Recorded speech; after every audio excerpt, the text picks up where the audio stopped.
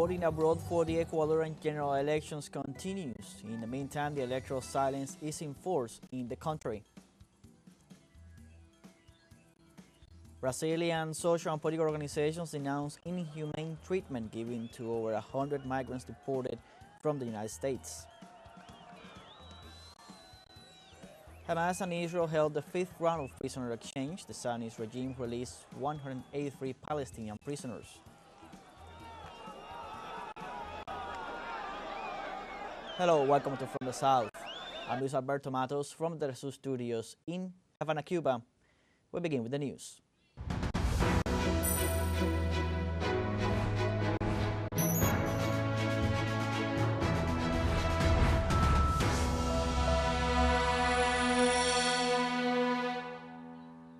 Over 456,000 Ecuadorians living abroad were called to exercise their right to vote in the general elections, while in the national territory, the electoral silence is enforced after the end of a campaign marked by violence, insecurity, and institutional crisis. The process began this Saturday abroad, being Australia the first country where the election begins, and for such purpose, voting tables were installed in the consulates of Canberra and Sydney. Likewise, there are polling stations in several cities in Europe, Asia, Africa, the United States, Canada, Latin America, and the Caribbean. This Sunday, nearly 14 million Ecuadorians are called to the polls to choose the next president that will govern the country until 2029, as well as 151 members of the National Assembly and 5 members of the Indian Parliament.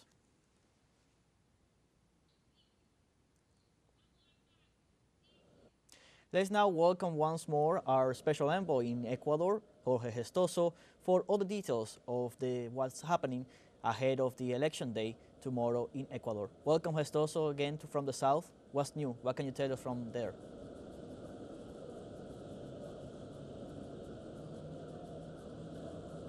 Well, there's a new motive of concern, if you want, that is going through the social media. And one of the candidates, we're talking about Luisa, the candidate from the Revolución Ciudadana, Luisa González, that is one of the favorites according to the polls to win the election or at least to go to a second round, is reflecting that there are at least rumors that could be trying to put together in place a parallel voting system, sort of parallel to the CNE, the National Electoral Council, that could involve the militaries passing information to that parallel Conseil of Elections. That has been described as a major concern by Luisa González in her posting in the social media, and she says that if by any chance they will try to implement something on that matter, that could be totally unconstitutional. Before that already has been concerns about the transparency and the way that the president candidate Daniel Noboa was handling this election, because, for example, one of the candidates has been eliminated from the race. We're talking Mr. Topic, and that has been involved a series of irregularities on his part that has not been proven, and Mr. Topic mentions that he is being treated unfairly to get it out of the campaign. So we are reaching the beginning of the election day tomorrow, but with that increased concern about the possibility of irregularities.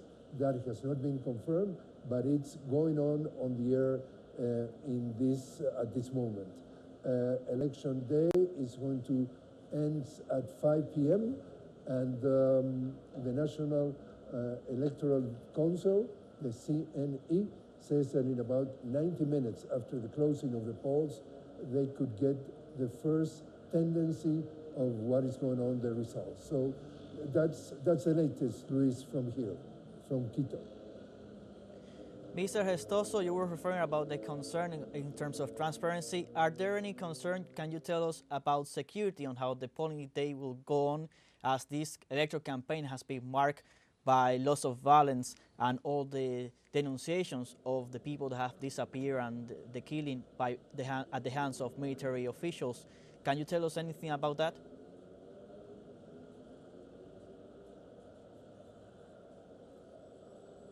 Well, that's exactly what they are smelling, that could be trouble. For example, the speculation is that those militaries involved in the security of the polling places and in the transportation of the polling information could be taking photos, could be taking pictures of that issue, and then with that information mount a parallel, a parallel system to count the votes. And that is the question mark until which point security is absolutely confirmed and is assured by the government, by the state, especially when the president is at the same time, not only the son of the richest country, the richest person in the country, but also a candidate that has been investing a lot of money, personal money, for example, $2 million only in social media in order to be present in a way that everybody that has been watching this process says that the field is not level, is level in the favor of the candidate president in Novoa. Luis. Thank you, Gestoso, for this information coming out from the south. We'll be in touch for upcoming news brief to continue having the latest from Quito. Let's continue with our news. In Brazil, social and political organizations are denouncing inhumane treatment given to over 100 migrants deported from the United States. Brazilian authorities said 111 deportees from the United States alleged mistreatment during their detention and subsequent transfer back to Brazil. The returnees said they were shamed and that they were denied any food during the flight to Fortaleza Airport in Ceará State. To prevent human rights violations in the case of deported Brazilian citizens, the government has designated a task force to liaison with the U.S. Embassy to ensure the exchange of information on the deportees and to guarantee peace, security, and a dignified treatment to them.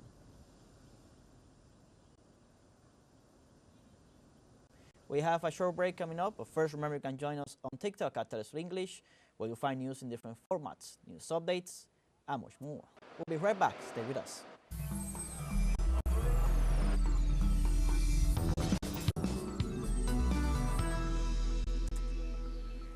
Welcome back. After the roof collapsed in one of Brazil's most important historic landmarks, killing 1 and injuring 5, the Attorney General's office is giving responsible parties 3 days to explain what happened. From Salvador, Bahia, our correspondent Brian Muir with more.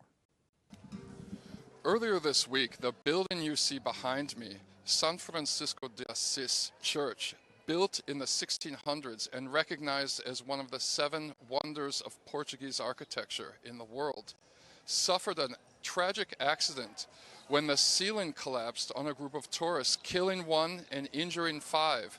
For 3 years, IFAN, the National Historic Preservation Institute, had warned the church of structural damage, demanded that reforms take place. They were put in process, but apparently the problem with these reforms is that since it's historic landmark architecture, it takes a while to find a company that's willing and able to do it without damaging the precious artworks inside. Well, those artworks were severely damaged last week when a bunch of paintings from the 1700s were completely destroyed. Now the city government of Salvador has canceled some pre-carnival activities that were supposed to take place here on this square this weekend, and the finger pointing has begun. The public prosecutor's office has given both the church and the government Historic Preservation Institute 3 days to explain how this happened and what can be done in the future to prevent similar accidents from taking place.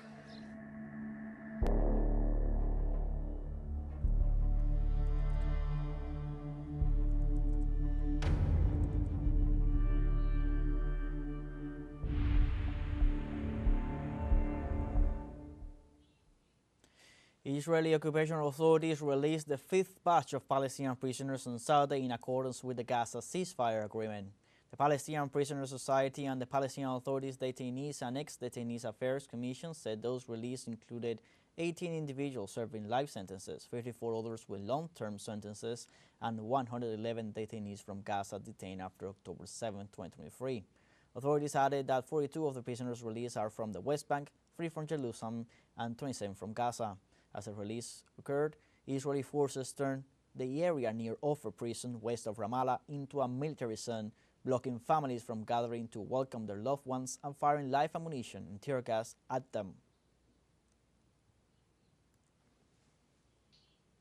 The Palestinian Ministry of Education and Higher Education have requested the international community to protect schools and universities in the occupied West Bank from continuous Israeli attacks. In a statement, the ministry denounced the destruction of schools in Gaza and that 100 educational institutions have been forced to stop classes due to the war in the north of this occupied territory. The document also denounces that such aggressions are a flagrant violation of human rights, especially of the rights of children. Therefore, they have urged the United Nations Children's Fund, the International Committee of the Red Cross, and United Nations Educational, Scientific and Cultural Organization to take action.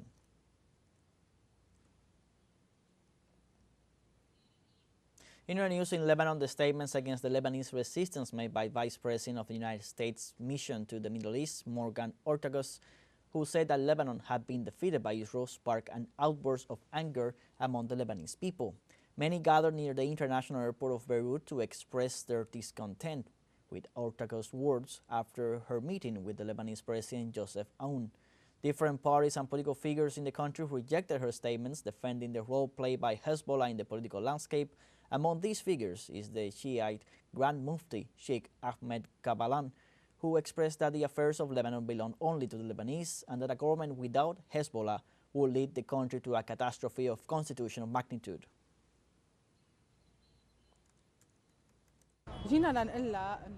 We came to tell her that, for us, according to the Lebanese constitution, the Israeli enemy is a common enemy of all Lebanese. Therefore, this insult, especially when she thanks our enemy from the podium of the Presidency of the Republic, is an insult to every Lebanese household. We came to participate in the rally. We're not here to cause to vandalize or block roads. We just want to make our voices heard because we have sacrificed blood and lost dear ones in this country, so we cannot accept that a U.S. envoy or anyone undermines our sovereignty and makes such statements from the presidential palace, which must be condemning Israeli attacks and the ceasefire violations happening in the south. In South Africa, people are reacting against U.S. President Donald Trump's decision to cut back financial support over alleged human rights violations in the country. The U.S. government has indefinitely suspended all humanitarian aid to South Africa while pointing fingers at Cape Town authorities for allowing attacks against Afrikaner communities who are descendants of European settlers. People in South Africa are rebuking such allegations by U.S. President Donald Trump and have encouraged him to visit the country to see for himself the reality and living conditions of the people.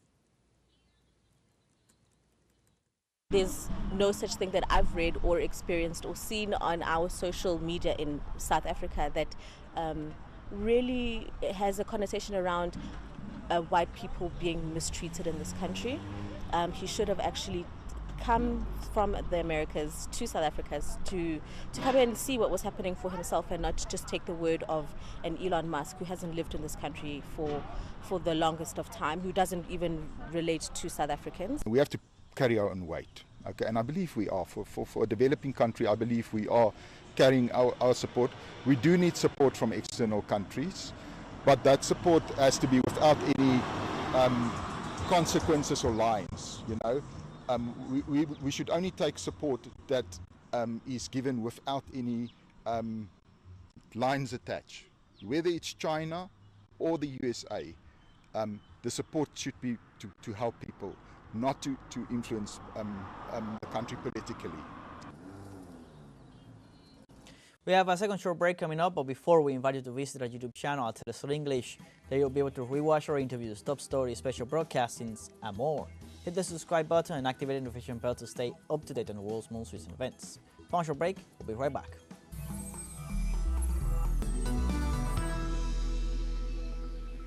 Welcome back. In India, vote counting began after the state legislative elections were held. After a record turnout of more than 60% in the city of New Delhi, the first results showed that the party of Prime Minister Narendra Modi won.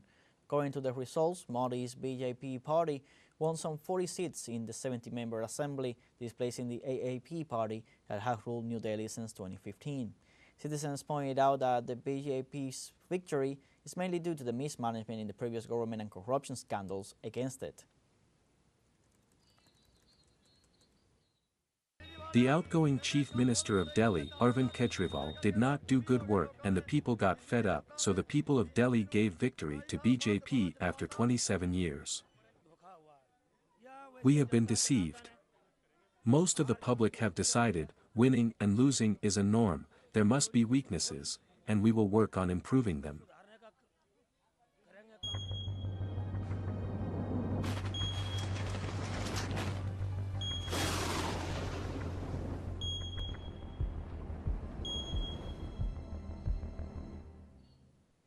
In Chile, authorities declared red alert from the region of Valparaiso to Araucanía due to the forest fires affecting the area.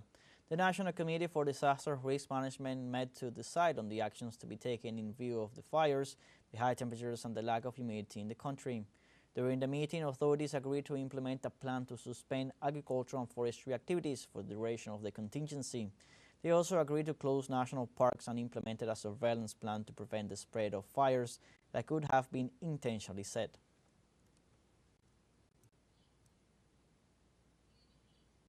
In China, authorities launched a search for more than 30 people after a landslide hit the southwestern Sichuan province. The landslide hit Jinping village in the city of Jibin on Saturday at about noon local time. Authorities reported that conditions remain dangerous. President Xi Jinping expressed his concern and urged authorities to make every effort to search for the missing and minimize casualties. The Ministry of Emergency Management said 2 people had been rescued while 200 were relocated. Premier Li Qiang asked for an investigation and inspection of potential geological hazard risks in nearby areas. He also called for further residents who may be at risk to be evacuated to prevent another disaster.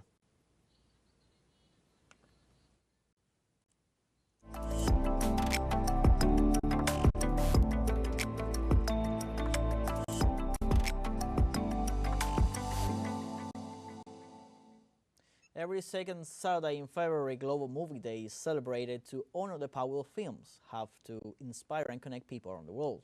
This year it is celebrated on February 8th.